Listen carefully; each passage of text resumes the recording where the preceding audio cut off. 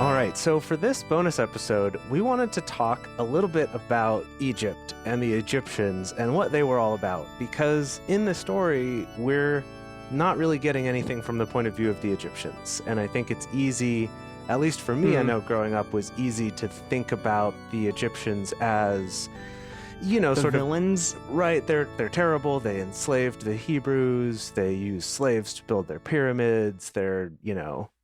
I recently remembered that, okay, so at my very Christian elementary school that I went to, every single year we did like a Christmas program, like a musical, you know, Okay. where it's like there was a children's choir that was like, you know, the entire school, and then the main parts would be played by like the older kids, like the middle schoolers or something. And so every year they got the rights to some, you know, Christian produced Christmassy musical.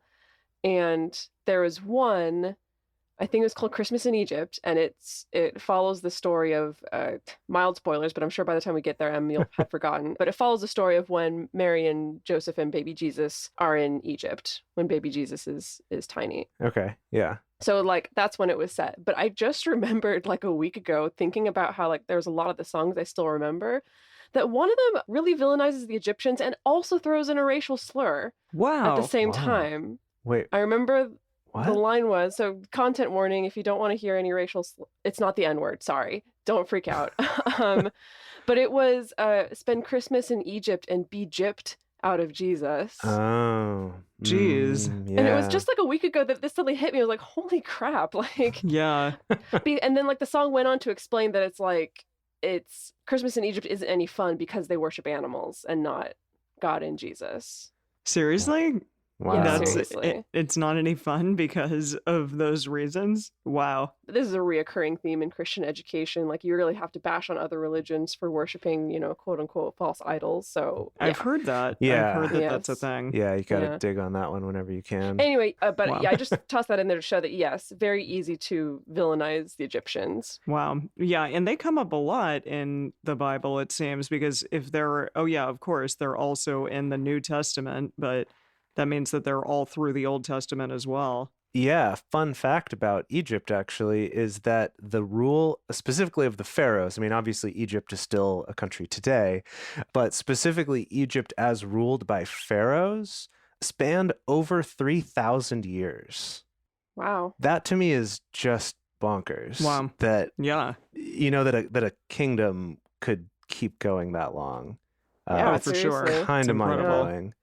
Yeah, and they were a huge seat of power because they had that, you know, the Fertile Crescent there. It's the Delta. The Nile The Fertile Delta. Crescent is, Sorry, yeah. is elsewhere, but yes. Yeah, Yes, they had that's the the Delta. Tigris and What Euphrates. is the Fertile Crescent?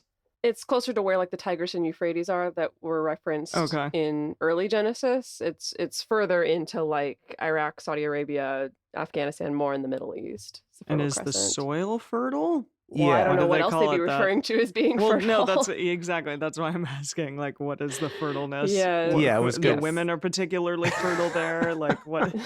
No, good plant growing land. Yes, Okay. sorry, I meant the Yeah. Nile Delta, which was similarly like Very an fertile. area Yeah. that was fairly deserty, except for this area where there was lots of different tributaries that fed into the Nile River, and so they had a lot Okay. more arable land, as it were. Yeah. Okay. Cool. Wow. Well, fun. So one thing I was curious about, and this is just real quick, is I was trying to figure out which pharaoh is the actual pharaoh during Exodus. Mm. Yeah, because they never drop any names. It's just Pharaoh this and Pharaoh that, and who knows which Pharaoh it could have been. Exactly, and literally no one knows. So Really? that's yeah. Oh, geez. What I found looking into it is that there's not in the Old Testament and the Torah, there's not enough information to give us clues about exactly when this was happening, and there's no Mhm. details given about the pharaoh. And actually, I realize we've already read this, but in Exodus there are two different pharaohs. There was the pharaoh that Oh, yeah. The enslaved pharaoh that the was Israelites. with Joseph, right? And then he died? That was long ago. Oh. But in Exodus, there was the one who enslaved everyone, and then that pharaoh died, and then there was a new pharaoh now. Okay. Like, that's all we kind of got, is that there's a new pharaoh in town. But what's interesting is that there were like 8 different pharaohs that different historians have argued would be the pharaoh during Exodus. Oh, wow. During kind of the main part of Exodus, which is the part we're getting into now. And of those, I picked out 3 that kind of seemed the most probable and that there seem to be the least doubts about. One is Amos the First, which would have been like around 1500 BC, which would put this a little bit earlier than I think than our other like timeline told us it would be. Another one is Tutmos II. I don't know if I'm saying that right at all, but what's interesting about him is that he's the only pharaoh's mummy to display cysts, which they're saying is possible evidence of a plague which spread through Egypt, which Oh, goodness. could Interesting. help to like place it during certain events in Exodus, trying to avoid spoilers. Yeah, I saw you sidestep Are that there there. Yeah. are there plagues in Exodus? Don't worry about Apparently, yes. No, don't. No, it's not a thing. It's really not Wow. a thing. Okay. it. Don't worry about Okay. When we get to it, I'll be like, there it is. it. And then Yeah. the last one is Ramses II. And so if that name sounds familiar to more you, it's well-known, because right? in the 1956 Ten Commandments movie, this is the And pharaoh. in the Prince of Egypt. And in the Prince of also. Egypt, this is the one they Yeah. decided to go with as being the pharaoh, which was ruled a little bit before 1200 BC. So there's like a 300-year gap between a couple of these potential options. So anyway, Okay. kind of an Wow. interesting That's interesting For exciting. some thing. reason, Ramses is the one that like Hollywood really wants to make the pharaoh. I guess he must have been the hottest of all those options. Yeah, well, he The was most, known, he was- classically handsome. yeah, he was known as Ramses the Great, so he was a pretty influential Ah. ruler Okay. within Egypt and Got it. started the dynasty. I guess his father did, but there were like 10 or 11 Ramseses. Yeah, there are many, many Ramseses. Yeah, so that was a long, Ramsai. long Ramsai. The mini Ramsai of Egypt. Oh man, Do you want to hear some Egyptian news that I found this week? yeah. Yes. Like current news? Well, archaeological news, let's say, Okay. not like political news. That's a whole Okay. other ball of wax that is So- beyond the scope of this podcast. Current news Yes, about things thankfully. that happened thousands of years ago. Yes, exactly, Cool. exactly. Yeah. Cool. Because the Egyptian government just revealed like pictures and information about a new tomb that was opened up recently. Ooh. And it was a tomb that was opened up in what was known as the city of Memphis that used to be a necropolis. And a necropolis. Tennessee? No, the OG Memphis, You said in Memphis. Egypt. Yeah. Well, yes, This is yes, the real but Memphis, Memphis. Tennessee is not the first Memphis, as it turns out. Apparently Anyway, not. but the city served as a necropolis, and which sounds very spooky, but the technical definition of necropolis is just that there's more dead people there than living people. So it was Hmm. just like this area that had a bunch of structures and all the tombs, and it was where they dealt with burying all of their dead. Yeah. Necropolis. Is that the Valley of Kings or whatever? I think it's different from the Valley of Kings. I think Okay. it's a different area. Got it. The Valley of Kings was specifically where there was a bunch of like royal tombs that they found. Yeah. Anyway, I'm not an Egyptologist, so I'm sure someone will angrily tweet at us about how wrong this is, but that's okay. Anyway, they just opened up this new tomb and they found like all kinds of amazing stuff in it. So really interesting stuff. So first they found like a dozen like mummified cats. And here, actually, if y'all click on the link, I put it in the doc, you can see pictures of these Okay. mummified kitties. And it's kind of funny. I mean, it's like equal parts spooky, but also cute. I really don't know how to describe that or how that's possible. Cute mummified Yeah. cats. Okay, like just to clarify, these are not actual mummified cats, but like the little sarcophagi. Right? No, they're actual mummified cats. I'm Well, not are finding they- the right they're in pictures there? then. Yes. Where are these No, no, pictures? no. I don't see them. Oh my goodness. Click on the link to that article, scroll down to the bottom, there's a slideshow. Yeah. And about 1, 2, 3, 4 pictures to the right, you can see all the little mummified cats. Anyway, but that's not all that Whoa. they found. Did you see it yet? Whoa, no, definitely falls into creepy in my book. Yikes. We So gotta remember the to put a link they're to this. in the sarcophagi? No, no. Oh gosh. Yikes. Yikesies. Oh god. Oh, that's horrifying. Oh, see, Can I'm you super imagine into just it. finding that? Well, okay, here's the thing though that I learned. This is mentioned in another article that like mummified cats are quite a common find, apparently. Like I learned once that like actually in the like mid 1800s when there was first kind of like European tourism to Egypt, like European tourists would show up and buy like boatloads of mummified cats as souvenirs. Of course they would.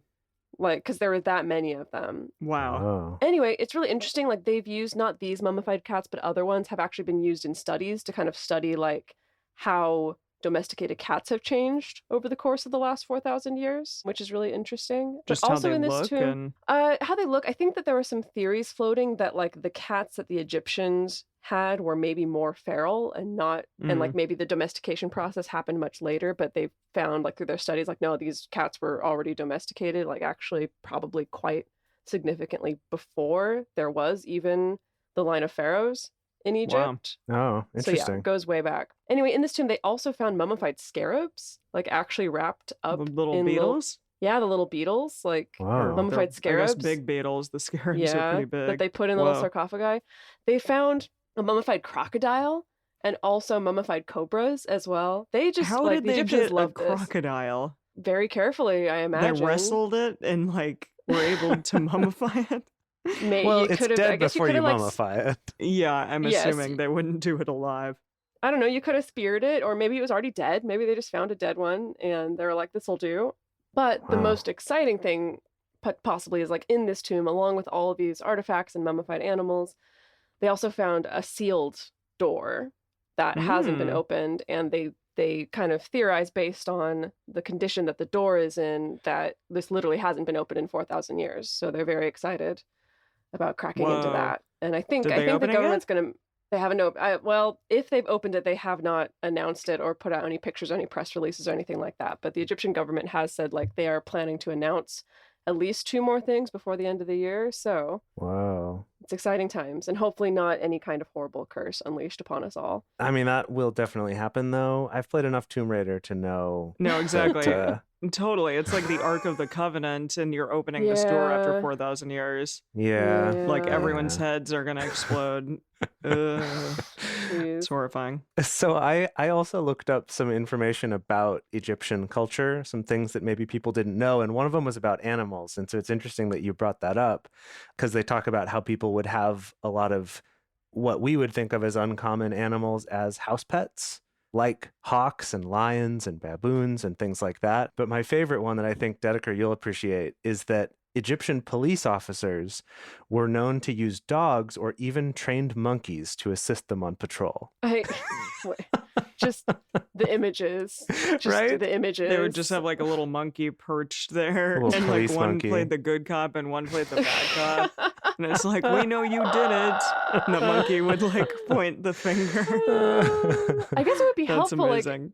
I don't know if you're in the marketplace and someone's caught stealing and you just like send your monkey after it, and the monkey's just gonna like mess up your face and like hop on his head and freak him out. Like I could see that being useful. I mean, depending on the size of these monkeys can be pretty scary. So I mean, you know. I don't even tiny monkeys can be pretty scary if one hops on you unexpectedly. I can speak from experience. Well, you got bit by a monkey once. Oh yeah, you so- got bit I by a monkey did. once. Oh my goodness, I always forget about that story. Did you have to take like antibiotics afterwards? No, because the thing is that, like, fortunately, the monkey bit me but didn't quite break the skin. She just Oh, good. bruised. Like, she just, like, Ow. it's a weirder story, but this monkey essentially bit me in, like, the slowest possible way. Like, she just kind of put her mouth upon me and then started bearing down with her teeth, like, You're staring like, at me. get away, and- get away, get away. Yeah, I was trying to keep Jeez. my cool because I knew this is going to ruin my vacation to Bali if a monkey actually bites me.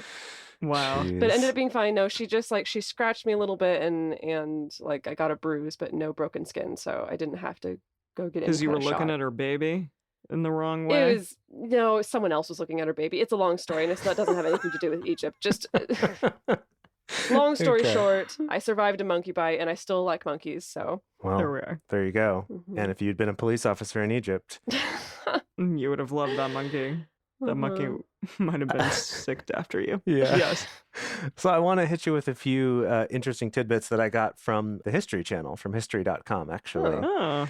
So one of these is that the Egyptians, actually Ramses II, forged one of the earliest peace treaties in the history of the world that we have a record of. And it was between With whom? him and the Hittites, which we've also heard Mm. about so far. We do know about the Hittites. We know that we're not supposed to marry Hittite women, I Yeah. believe.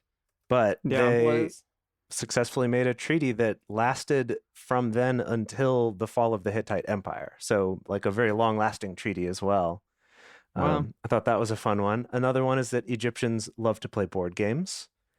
Who doesn't? Fun They fact. get out Settlers of Catan and Monopoly and they just go to town. Mhm.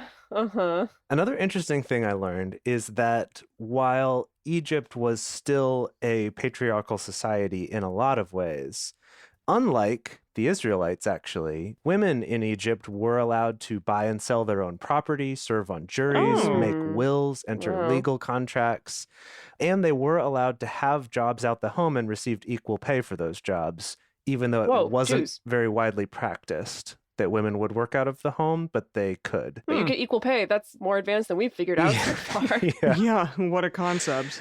The Egyptians of old were better off than we are in terms of women's rights. Right. That sounds about Jeez. right. And this also points out that unlike ancient Greece, where women were effectively property of their husbands, in Egypt, women had the right to divorce and remarry.